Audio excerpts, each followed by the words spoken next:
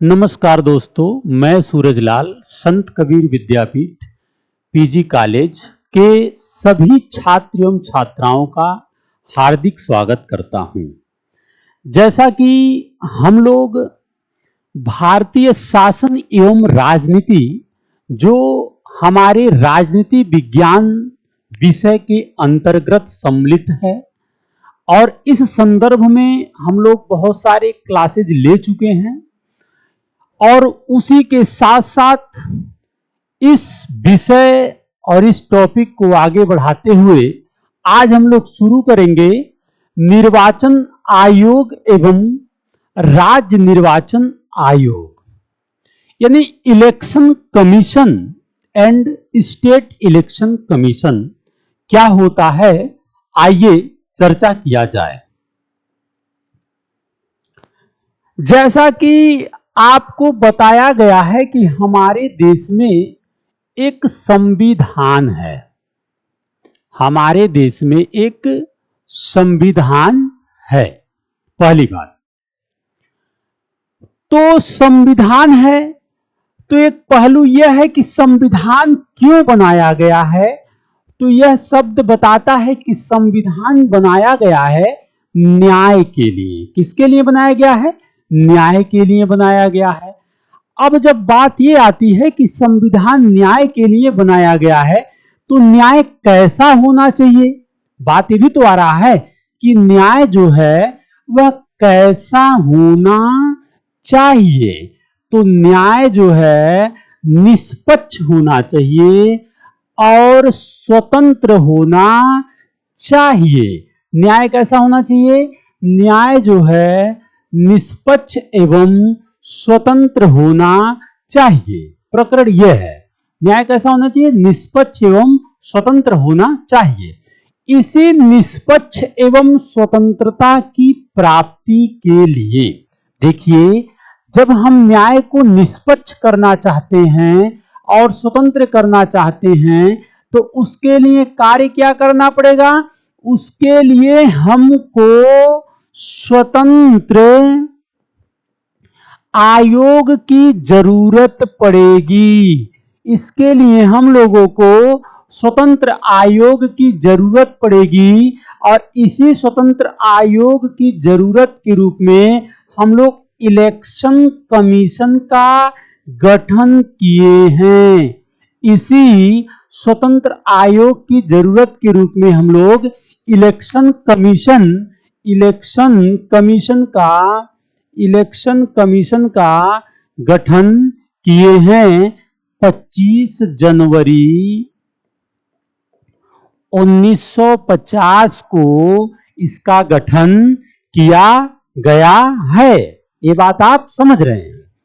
अच्छा, अब मामला यह है कि हमारे संविधान के किस भाग में, किस अनुच्छेद में यह निर्वाचन आयोग के बारे में बताया गया है।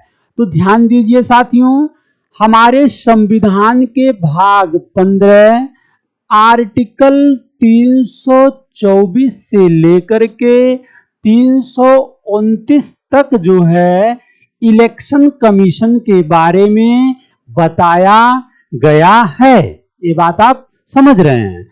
यानी कि हमारे संविधान में भाग 15 में आर्टिकल 324 से लेकर 329 तक इलेक्शन कमीशन के बारे में बताया गया है।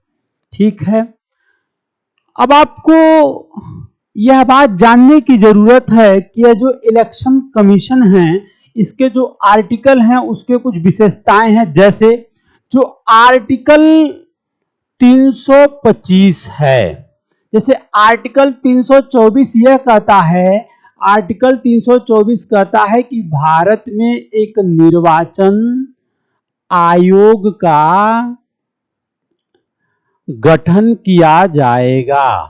ठीक है, उसी प्रकार आर्टिकल 325 कहता है कि धर्म, जाति और लिंग और भाषा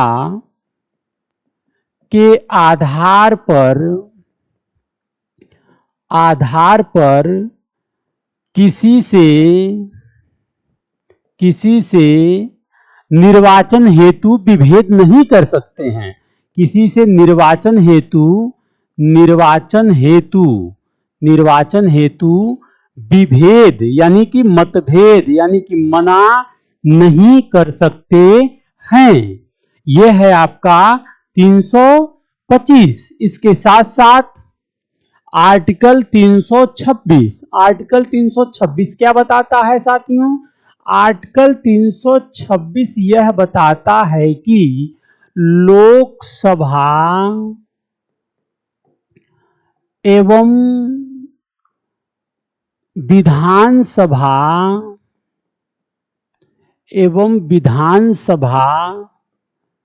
के सदस्यों का जो चुनाव होगा वो वयस्क मताधिकार यानी वयस्क मताधिकार में क्या है? 18 वर्ष की आयु के बाद जो 18 वर्ष की आयु का हो गया है वह लोकसभा के सदस्य और विधानसभा के सदस्यों का चुनाव कर सकता है। यह जानने की जरूरत है। इसके साथ साथ आर्टिकल 327 क्या कहता है? आर्टिकल 327 कहता है कि जो संसद है, आर्टिकल 327 कहता है कि जो संसद है, जो पार्लियामेंट है, वह जो संसद है वह निर्वाचन से संबंधित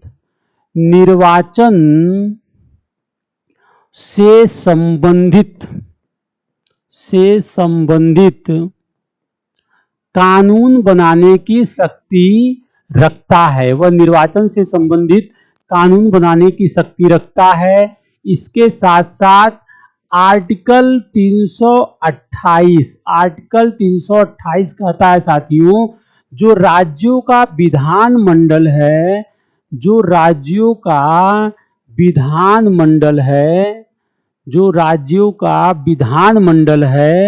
वह निर्वाचन से संबंधित कानून बनाने का शक्ति रखता है। ठीक है, वह निर्वाचन से संबंधित कानून बनाने की शक्ति रखता है।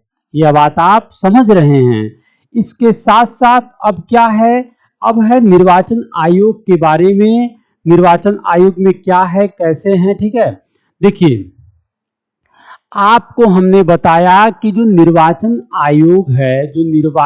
आयोग है यह एक संवैधानिक संस्था है। कैसी संस्था है? संवैधानिक संस्था है। कैसी संस्था है? संवैधानिक संस्था है। इसका जो गठन किया गया है संविधान में किया गया है। आपने देखा आर्टिकल 324 और 25 जनवरी 1950 को इसका गठन किया गया। 25 जनवरी 1950 को इसका गठन किया गया है। ठीक है, और दूसरी चीज क्या है?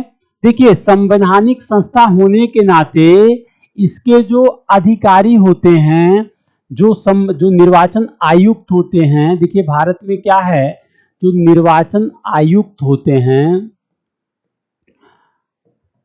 भारत में एक निर्वाचन आयुक्त होगा और एक अन्य निर्वाचन आयुक्त और एक अन्य निर्वाचन आयुक्त होते हैं। भारत में इनकी संख्या कितनी है?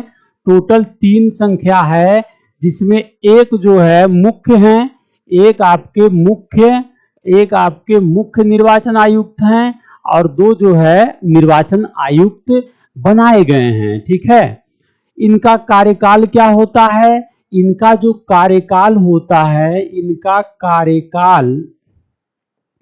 इनका कार्यकाल 6 वर्ष से लेकर के 65 वर्ष तक होता है। इनका कार्यकाल 6 वर्ष से लेकर के 65 वर्ष तक होता है।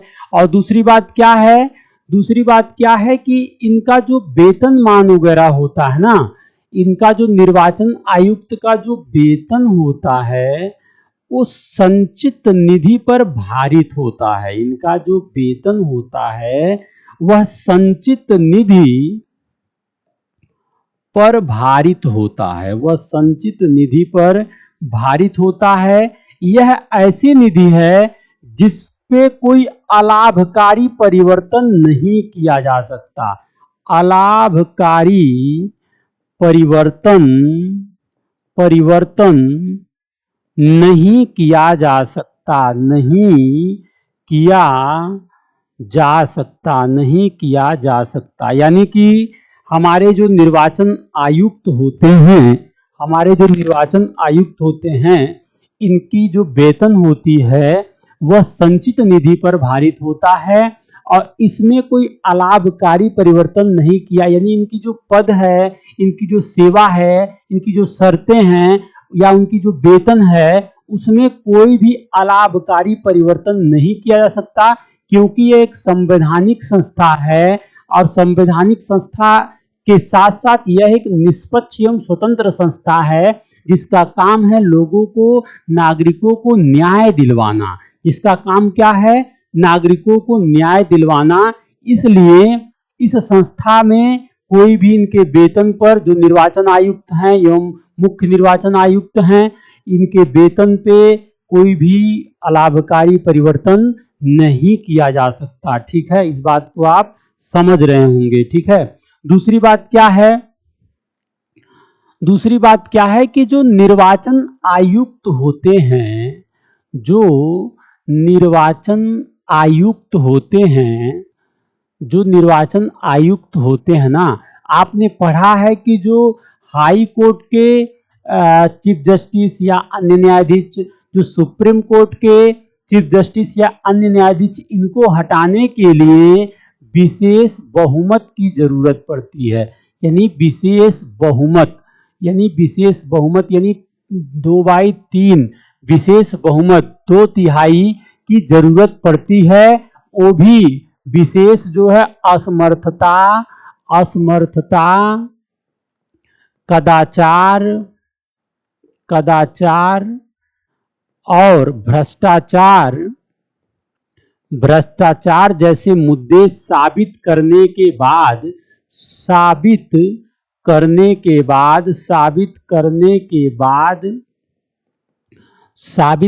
के बाद विशेष बहुमत से, 2/3 बहुमत से इन्हें पद से हटाया जा सकता है।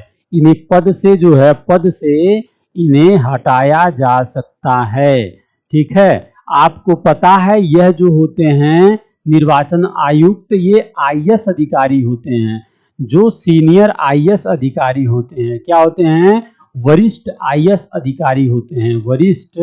वरिष्ठ आईएएस अधिकारी होते हैं और इस वजह से जो हमारे सुप्रीम कोर्ट और राज्यों के जो हाई कोर्ट के बारे में बताया गया है कि उनको पद से कैसे हटाया जाएगा, तो ठीक उसी प्रकार इनके बारे में भी बताया जाएगा कि यदि आप निर्वाचन आयोग के आयुक्तों को, मुख्य आयुक्त या अन्य आयुक्तों को हटाते हैं, हटाने का प्रावधान राष्ट्रपति के माध्यम से है। हटाने का प्रावधान जो है राष्ट्रपति के माध्यम से है, लेकिन राष्ट्रपति के प्रसाद प्रयत्न नहीं है। यह जो है विशेष बहुमत के आधार पर, वो भी असमर्थता, कदाचार, भ्रष्टाचार साबित करने के बाद ही इन्हें पद से हटाया जा सकता है। यह बात आप समझ रहे होंगे। ठीक है, यह है हमारे निर्वाचन आयोग के बारे में कुछ विशेष बातें। ठीक है, दूसरी बात क्या है? दूसरी बात, ये जो निर्वाचन आयुक्त होते हैं, चाहे मुख्य निर्वाचन आयुक्त हो जाएं, चाहे आपके निर्वाचन आयुक्त, चूंकि 3 की संख्या होती है, तो इसमें क्या है, ये सेवानिवृत्त के बाद, यह लोग जो है सेवानिवृत्त के बाद सरकारी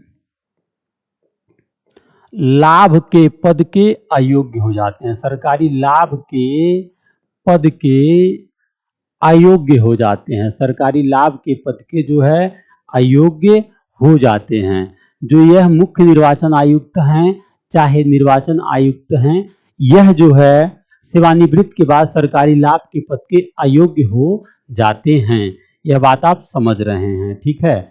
अच्छा, ये तो हो गया निर्वाचन आयोग के बारे में, इनकी वेतन के बारे में, और सेवानिवृत्त के बाद क्या प्रावधान है, कैसे इन्हें हटाया जा सकता है, इनकी संरचना क्या है। इनकी संरचना आपको पता है, इनकी संरचना जो होती है इलेक्शन कमीशन का, वह 3 लोगों का होता है। वह जो है 3 लोगों का होता है। एक होते हैं आपके, हमने बताया, एक हो जाएगा चीफ, यानी चीफ इलेक्शन कमीशन CEC, और एक EC, एक और EC, ठीक है। एक इलेक्शन कमिश्नर और एक चीफ इलेक्शन कमिश्नर, ठीक है। तो ये हो जाए 3 लोग होते हैं, ठीक है। ये बात आप समझ रहे हैं, ठीक।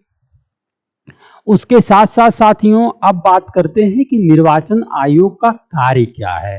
अब बात करते हैं हम लोग कि निर्वाचन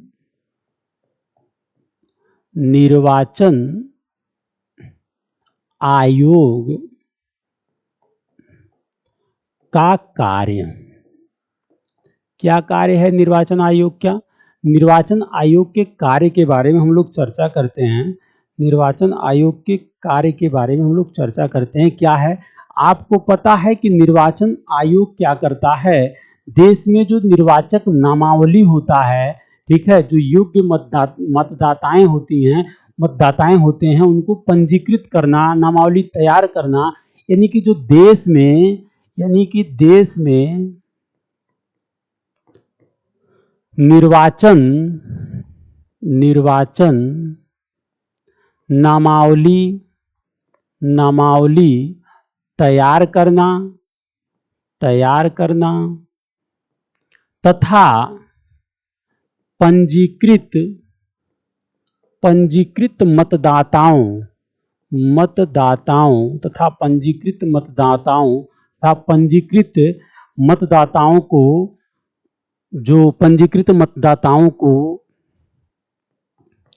जो योग्य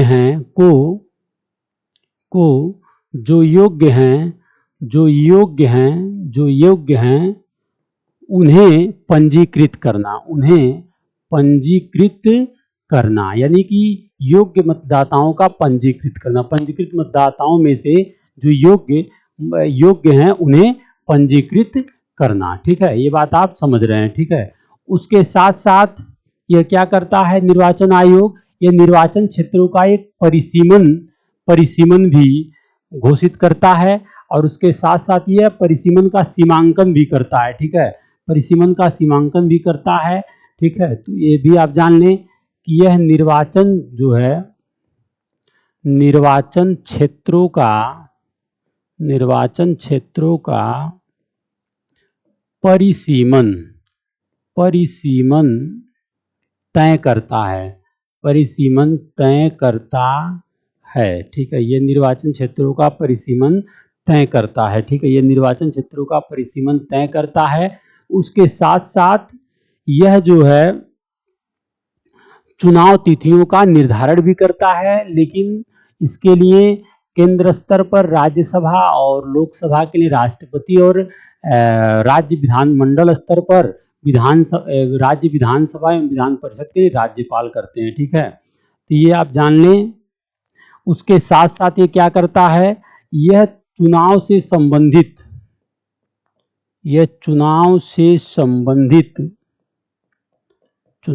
संबंधित तिथियों का निर्धारण करता है, ठीक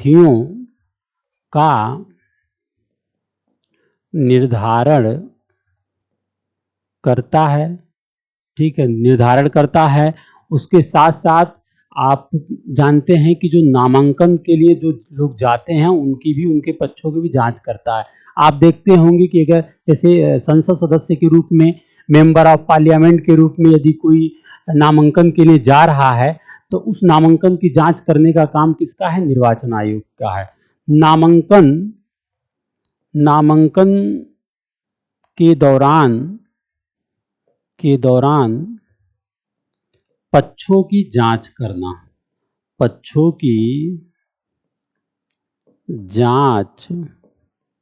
करना नामांकन के दौरान पक्षों की जांच करना, यह जो है इलेक्शन कमीशन के कार्य हैं। इसके साथ साथ इसके और भी कार्य हैं, जैसे ये राजनीतिक दलों को मान्यता प्राप्त करता है, देता है, चुनाव चिन्ह का आवंटन करता है, ठीक है, और चुनाव से संबंधित जो विवाद हैं उसका भी निपटारा करता है, ठीक है, और राजनीतिक दलों हेतु आचार संहिता का भी निर्माण करता है। तो इस प्रकार इसके और भी कार्य हैं, जैसे राजनीतिक दलों को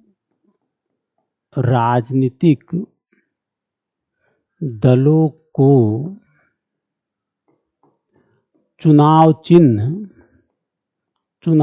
चिन्ह का बंटवारा करना, ठीक है, बंटवारा करना, और राजनीतिक दलों को मान्यता भी देना है। उसके साथ साथ जो है राजनीतिक दलों से संबंधित, उसके साथ साथ राजनीतिक दलों हेतु आचार संहिता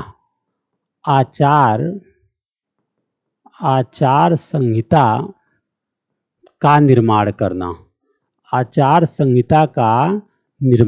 ये बात आप जानते होंगे। अभी 18वीं लोकसभा का चुनाव हुआ है, तो इलेक्शन कमीशन जो है आचार संहिता का निर्माण किया था, इस बात को आपको अच्छे से पता है, ठीक है।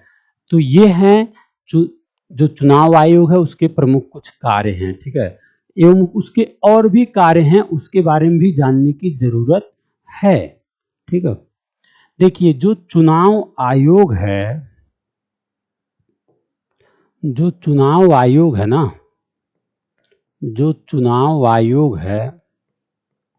इसके साथ साथ यह देश में लोकसभा,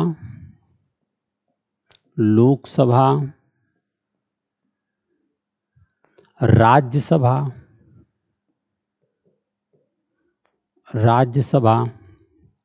विधानसभा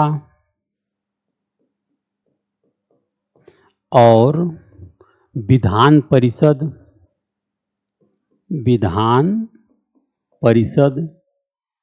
एवं लोकसभा, राज्यसभा, विधानसभा, विधान परिषद एवं राष्ट्रपति,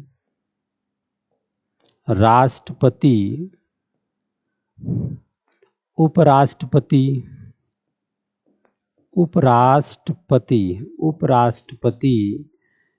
का चुनाव कराता है। इसके साथ साथ चुनाव आयोग जो है लोकसभा, विधानसभा, राज्यसभा, विधान परिषद और राष्ट्रपति, उपराष्ट्रपति का भी चुनाव कराता है। अब कैसे ये चुनाव कराता है ये भी थोड़ा सा देख लें। चुनाव प्रणाली क्या है? चुनाव प्रणाली, देखिए हमारे भारत में 2 चुनाव प्रणाली है। पहला है प्रत्यक्ष और दूसरा है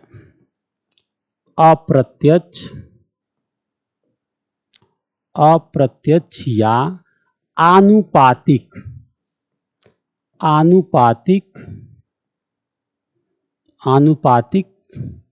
निर्वाचन व्यवस्था, निर्वाचन प्रणाली, आनुपातिक निर्वाचन प्रणाली, ठीक है, ये है।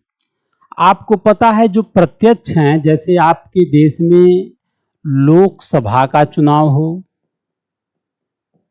या विधानसभा का चुनाव हो, ठीक है, इसके लिए वयस्क मताधिकार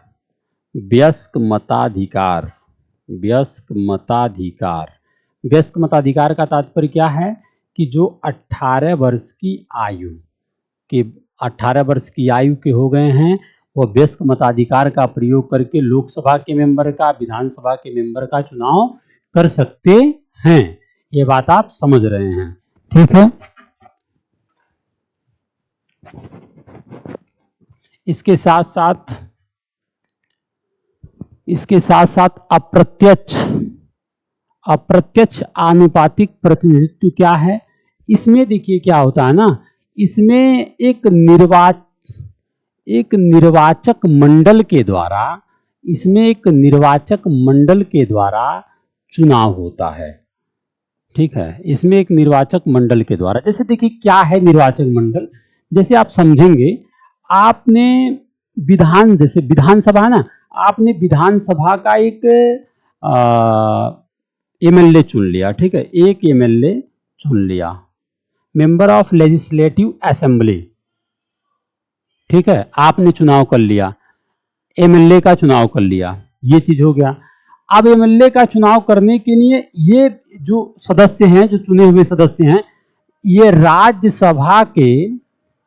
राज्यसभा के सदस्यों का चुनाव करेंगे, राज्यसभा के सदस्यों का चुनाव करेंगे। तो इसके लिए क्या होगा, इनका एक, पहले तो ये निर्वाचित हुए हैं, निर्वाचित के बाद ये इनका एक वो बनेगा, निर्वाचक मंडल बनेगा।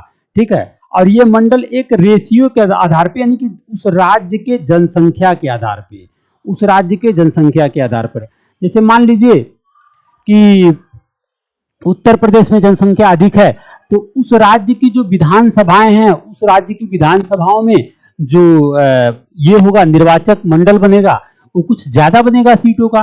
तो उस आधार पे हम क्या करते हैं, यानी राज्यसभा के जो सदस्यों का चुनाव होता है, तो जनसंख्या के आधार पर एक आनुपातिक, एक रेशियो लेकर के, एक अनुपात लेकर हमें निर्धारित करते हैं कि एक निर्वाचक मंडल होगा।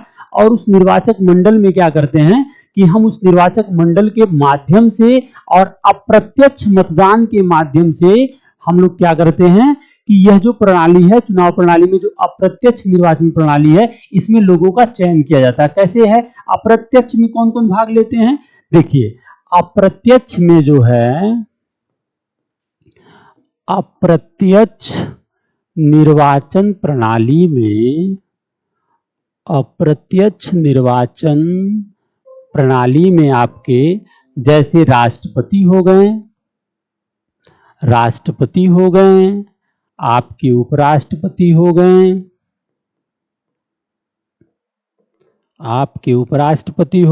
आपके जो है राज्यसभा के सदस्य हो गए, आपके विधान परिषद के सदस्य हो गए।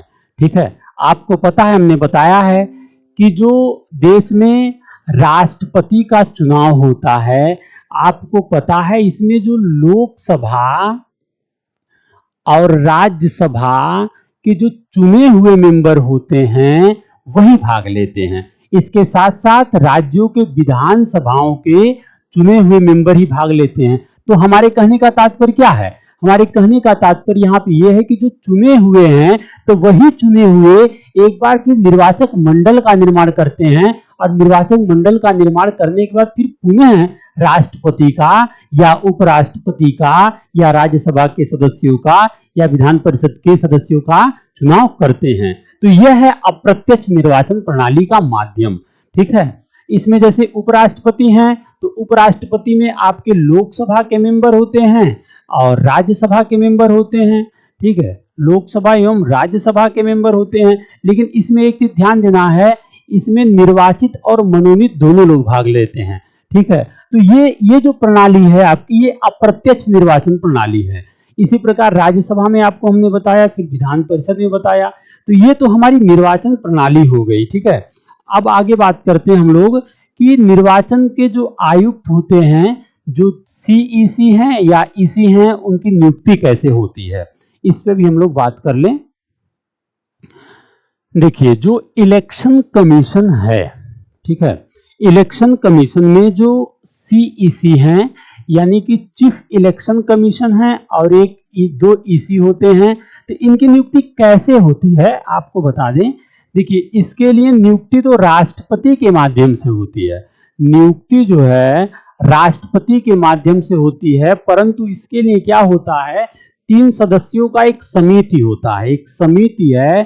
ठीक है, ये समिति जो है अभी हाल ही में इसी साल इसका निर्माण हुआ है। ठीक है, 3 सदस्यों का एक समिति है, जिनके आधार पे चयन करने के बाद समिति चयन करने के बाद राष्ट्रपति के द्वारा नियुक्त किए जाते हैं। ठीक है, और ये आपको हमने बताया है कि ये वरिष्ठतम जो है यह होते हैं, जो वरिष्ठ आईएएस अधिकारी होते हैं, इन्हीं को इलेक्शन कमिश्नर या चीफ इलेक्शन कमिश्नर बनाया जाता है। उस समिति में कौन कौन शामिल है?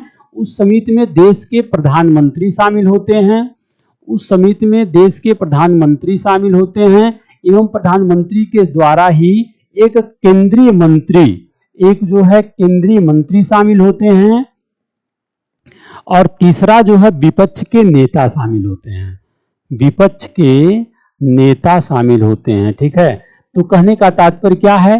कहने का तात्पर्य यह है साथियों कि जो हमारा चुनाव आयोग है, उस चुनाव आयोग में जो 3 सदस्यों की नियुक्ति है, एक तो आपके मुख्य चुनाव आयुक्त हो गए और एक 2 आपके अन्य जो है चुनाव आयुक्त हैं। तो इनकी जो नियुक्ति है ना, वह एक समिति के द्वारा चयन करके होती है, तब जो है इनकी नियुक्ति होती है। उस समिति में प्रधानमंत्री होते हैं, ठीक है, जो कि अध्यक्षता करते हैं समिति की। ठीक है, और इसके साथ साथ एक केंद्रीय मंत्री होते हैं, उसके साथ साथ एक विपक्ष के नेता होते हैं। ठीक है, उसके साथ साथ एक विपक्ष के नेता होते हैं। इनके माध्यम से ही इनका चयन होता है, तब जाके राष्ट्रपति के द्वारा नियुक्ति किया जाता है। यह चीज जानने की जरूरत है। उसके साथ साथ कुछ बातें और जानने की जरूरत है, जैसे कि जो चुनाव की घोषणा की सूचना होती है, चुनाव की तारीख की सूचना,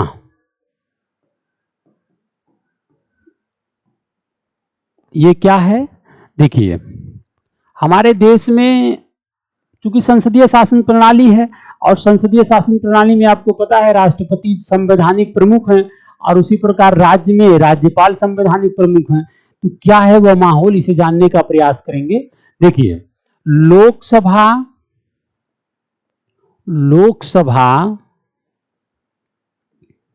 एवं राज्यसभा,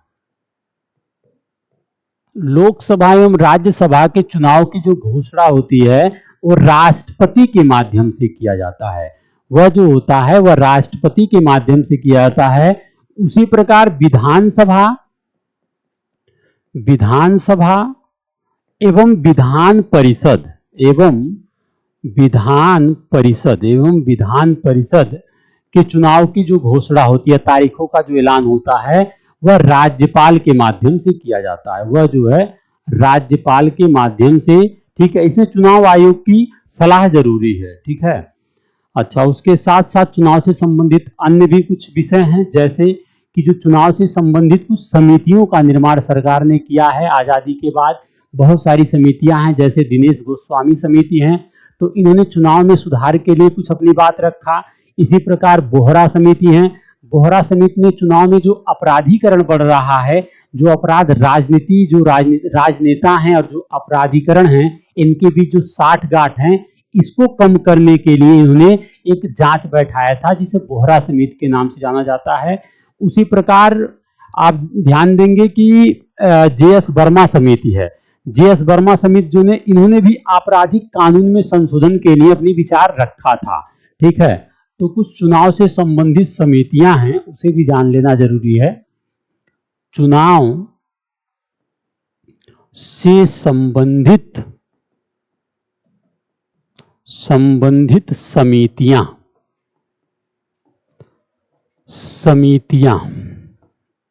क्या है?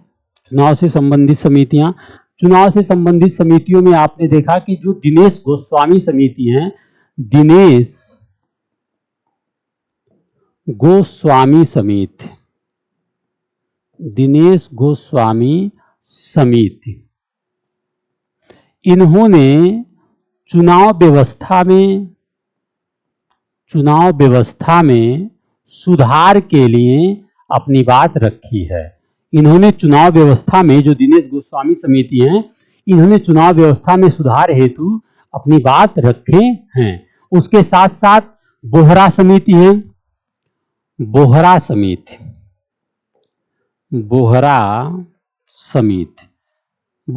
के बारे में क्या है? बोहरा समिति ने जो राजनेता हैं और जो अपराधी हैं, इनके बीच जो 60 गांठ है, 60 गांठ, ठीक है, आप समझ रहे होंगे, जो 60 गांठ हैं उनके बीच जांच हेतु, जो अपराधीकरण को कम करने के लिए बोहरा समिति का निर्माण हुआ था।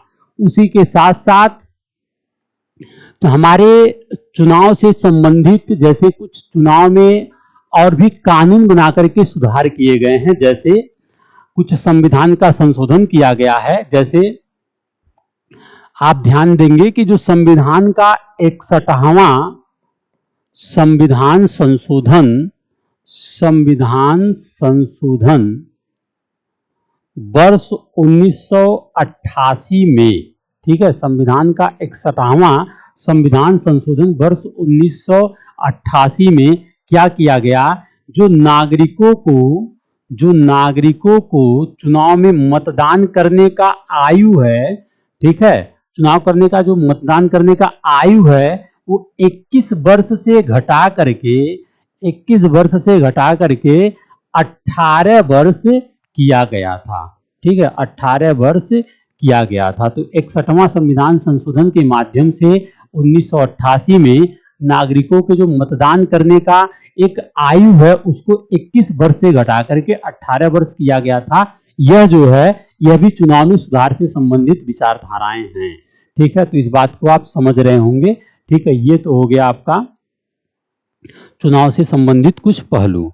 अच्छा, इसके साथ साथ हमारी जो संसद है, हमारी जो पार्लियामेंट है, हमारे संसद को चुनाव से संबंधित कोई भी कानून बनाने का भी आपको हमने आर्टिकल 326 के बारे में बताया, आर्टिकल 327 के बारे में अभी हमने बताया कि जो आर्टिकल 327 है, आर्टिकल 327 है, यह बताता है कि जो हमारी पार्लियामेंट है, जो हमारी संसद है, वह चुनाव से संबंधित, चुनाव आयोग से संबंधित या चुनाव से संबंधित या नागरिकों के संबंधित कानून बना सकता है, ठीक है। तो संसद ने इस शक्ति का प्रयोग करते हुए जनप्रतिनिधित्व अधिनियम, जनप्रतिनिधित्व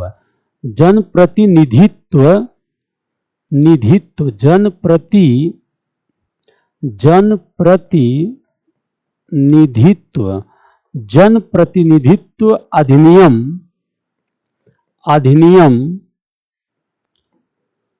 1991 का निर्माण किया है, ठीक है। संसद ने इस शक्ति का प्रयोग करते हुए जनप्रतिनिधित्व अधिनियम 1991 का निर्माण किया है। इसके माध्यम से क्या विशेषताएं हैं, ठीक है, ये जानने की जरूरत है, ठीक है। इसमें क्या विशेषताएं हैं, इसमें यह है कि यह बताता है कि संसद के जो सदन हैं, लोकसभा और राज्यसभा तथा जो विधानमंडल के सदन हैं, जो विधानमंडल के सदन हैं, वह कौन कौन हैं, विधानसभा एवं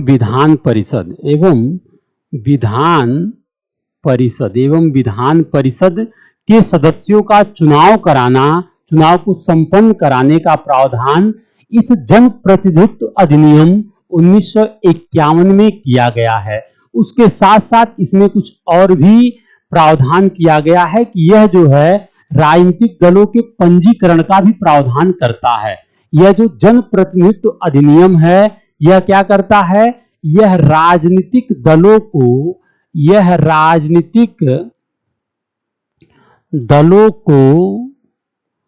पंजीकरण करने का अधिकार रखता है। पंजीकरण करने का अधिकार चुनाव आयोग को देता है, ठीक है। आपको पता है कि देखिए इसी पंजीकरण के माध्यम से 3 प्रकार की पार्टियों का निर्माण हो जाता है। जैसे आप देखते होंगे राष्ट्रीय पार्टी है, ठीक है, राष्ट्रीय पार्टी है,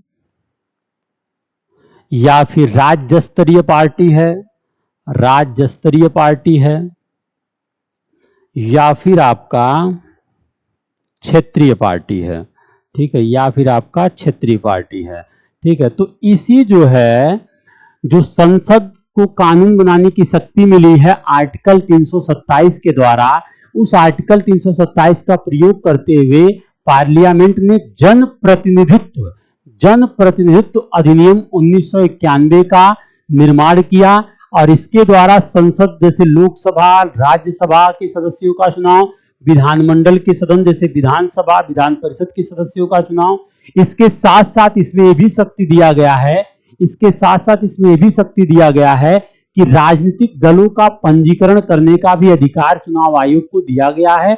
जैसे आप जानते होंगे, जो राष्ट्रीय पार्टी है, राज्य स्तरीय पार्टी है, क्षेत्रीय पार्टी है। तो हम बात करेंगे कि राष्ट्रीय पार्टी के बारे में, ठीक है, नेशनल पार्टी के बारे में हम बात करेंगे, उसके लिए क्या थोड़ा सा क्राइटेरिया है, ठीक है। तो ये जानना जरूरी है, क्या होता है इसके लिए राष्ट्रीय पार्टी, नेशनल पार्टी। देखिए, अगर किसी पार्टी का चार राज्यों में 4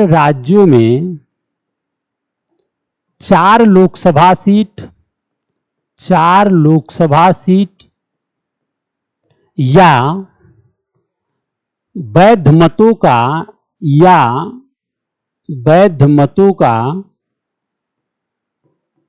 6% वोट मिल जाए, या वैध मतों का 4 राज्यों में जो है लोकसभा 4 सीट मिल जाए, 4 राज्यों में लोकसभा की 4 सीट मिल जाए, या वैध मतों का 6% मत मिल जाए, तो ऐसे पार्टियों को हम राष्ट्रीय पार्टी का दर्जा देने का चुनाव आयोग के पास शक्ति प्राप्त है, ठीक है, कम से कम जो है। और इसके लिए और भी शर्त है।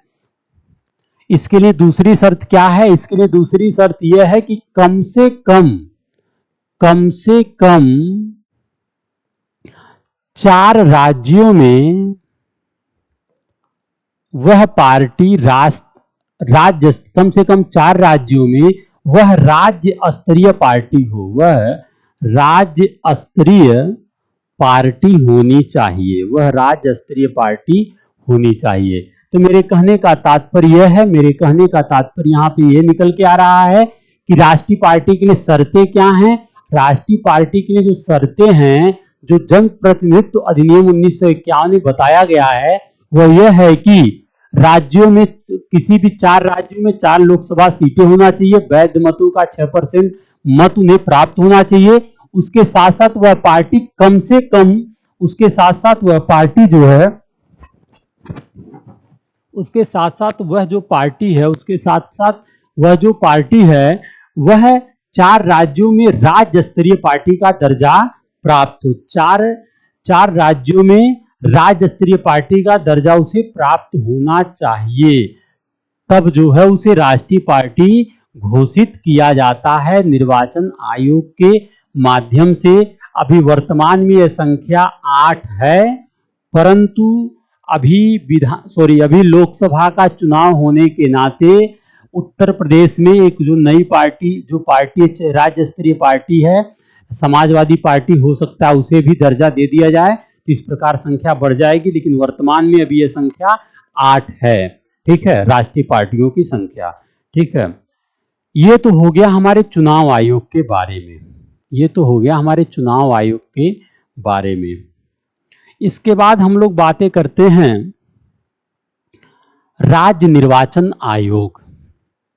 राज्य निर्वाचन आयोग, देखिए इसका जो गठन है आर्टिकल 243 के में किया गया है। इसका जो गठन है ना, आर्टिकल 243 के में किया गया है। जब हम आप लोग को स्थानीय प्रशासन के बारे में बता रहे थे, तो उसमें हमने चर्चा किया था कि एक राज्य निर्वाचन आयोग होगा जिसका गठन जो है आर्टिकल 243 के में किया गया है, ठीक है। दूसरी बात, राज्य निर्वाचन आयोग में भी एक राज्य निर्वाचन आयुक्त होते हैं। राज्य निर्वाचन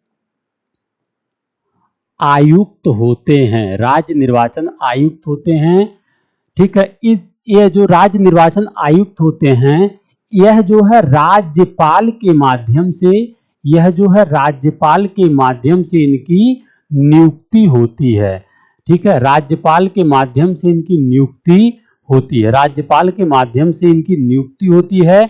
और इसके साथ साथ राज्य विधानमंडल, इसके साथ साथ राज्य विधानमंडल, राज्य विधानमंडल आप समझ रहे होंगे, विधानमंडल, राज्य विधानमंडल के माध्यम से इनके वेतन, सेवा शर्तें, सेवा एवं शर्तें के बारे में संशोधन या प्रावधान किया जा सकता है। ठीक है, राज्य विधानमंडल के पास वह शक्ति है कि इनके वेतन, सेवा शर्तों के बारे में, ठीक है, प्रावधान किया जा सकता है। ठीक है, दूसरी बात क्या है, इनका जो वेतन होता है ना, इनका जो वेतन होगा वह राज्य की संचित निधि पर भारित होता है। आपको हमने संचित निधि के बारे में पढ़ाया है, तो ठीक उसी प्रकार यह राज्य की संचित निधि पर भारित होता है इनका वेतन। उसके साथ साथ अन्य भी चीजें हैं, उसके साथ साथ यह है कि इन्हें भी हटाने के लिए विशेष बहुमत की जरूरत पड़ती है, विशेष बहुमत की जरूरत पड़ती है। जैसे राज्यों के हाई कोर्ट, जो उच्च न्यायालय हैं, उनके जो न्यायाधीशों को हटाने की प्रक्रिया है राष्ट्रपति के माध्यम से है, लेकिन जो सीजेआई होते हैं, जो सुप्रीम कोर्ट के, सर्वोच्च न्यायालय के मुख्य न्यायाधीश होते हैं, उनकी सलाह ली जाती है। ठीक इसी प्रकार इन्हें भी हटाने के लिए, इन्हें भी पद से हटाने के लिए राज्य निर्वाचन, जो इलेक्शन कमीशन है, जो मुख्य इलेक्शन कमीशन है, मुख्य निर्वाचन आयुक्त हैं, जो देश के मुख्य निर्वाचन आयुक्त हैं, जो देश के मुख्य निर्वाचन आयुक्त हैं, उनके माध्यम से पद से हटाया जा सकता है, पद से हटाया जा सकता है, उनके माध्यम से पद से हटाया जा सकता है। ये बात जानने की जरूरत है। ठीक है, जैसे हाई कोर्ट के जज को हटाने के लिए विशेष बहुमत की जरूरत पड़ती है, लेकिन ये ऐसा इसलिए होता है कि जो अगर वह कदाचार हैं, असमर्थता है या भ्रष्टाचार में संलिप्त हैं, तो ऐसा तब प्रावधान किया जाता है। लेकिन उसके साथ साथ क्या है ना, कि यदि जो है आप मुख्य निर्वाचन आयुक्त के सलाह पर भी इन्हें पद से हटा सकते हैं। ठीक है, तो ये बात है आपके निर्वाचन आयोग के बारे में और राज्य निर्वाचन आयोग के बारे में। एक चीज और इसमें जानने की जरूरत है कि इनका कार्य क्या है, जो राज्य निर्वाचन आयोग हैं, इनका कार्य क्या है। इनका कार्य यह है कि जो, चूंकि ये जो पंचायती राज प्रणाली है, पंचायत है, नगरीय निकाय है, इनका चुनाव कराते हैं ये लोग, तो ये क्या करते हैं कि यह पंचायतों से संबंधित, यह पंचायतों से संबंधित मतदाता सूची को तैयार करते हैं, मतदाता सूची को तैयार करते हैं। उसके साथ साथ ये क्या करते हैं, उसके साथ साथ ये जो होते हैं, यह जो स्टेट इलेक्शन कमीशन है, जो स्टेट इलेक्शन कमीशन है, यह क्या करता है, यह पंचायती राज, यह पंचायत, चाहे ग्राम पंचायत, क्षेत्र पंचायत या जिला पंचायत, पंचायत एवं नगरीय प्रणाली, एवं नगरीय प्रणाली, नगरीय प्रणाली में आपको हमने बताया था नगर निगम, नगर पालिका, ठीक है, नगर निगम, नगर पालिका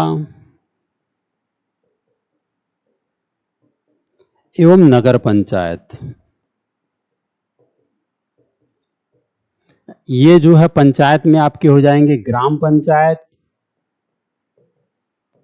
ग्राम पंचायत, क्षेत्र पंचायत,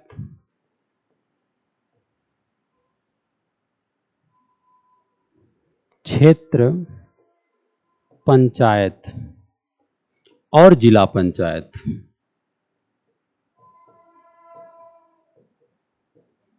जिला पंचायत, ठीक है, इनके भी जो सदस्यों का चुनाव होता है वह इन्हीं के माध्यम से होता है।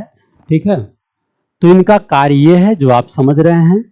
ठीक है, तो ये जो हम लोग का टॉपिक आज रहा निर्वाचन आयोग एवं राज्य निर्वाचन आयोग के बारे में, इसके बारे में हम लोगों ने पूरी तरीके से अध्ययन कर लिया और जो अन्य टॉपिक हैं उस पे नेक्स्ट क्लास के माध्यम से चर्चा करेंगे। जय हिंद साथियों।